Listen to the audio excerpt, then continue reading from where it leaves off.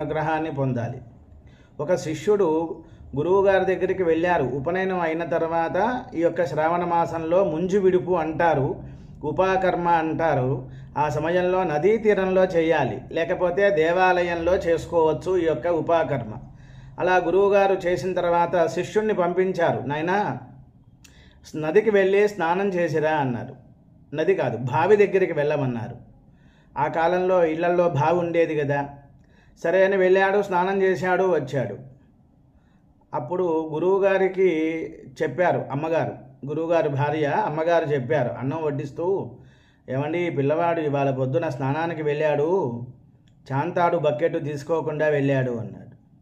అంటే గాయత్రి అమ్మవారి యొక్క అనుష్ఠానాన్ని చక్కగా ఆచరించాడు కాబట్టి, సంధ్యావందన కార్యక్రమాలు చేశాడు కాబట్టి, ఆ యొక్క బావి దగ్గరికి వెళ్ళి నీళ్లు కావాలి తేలేదు అంటే ఆ నీళ్ళే అలా పైకి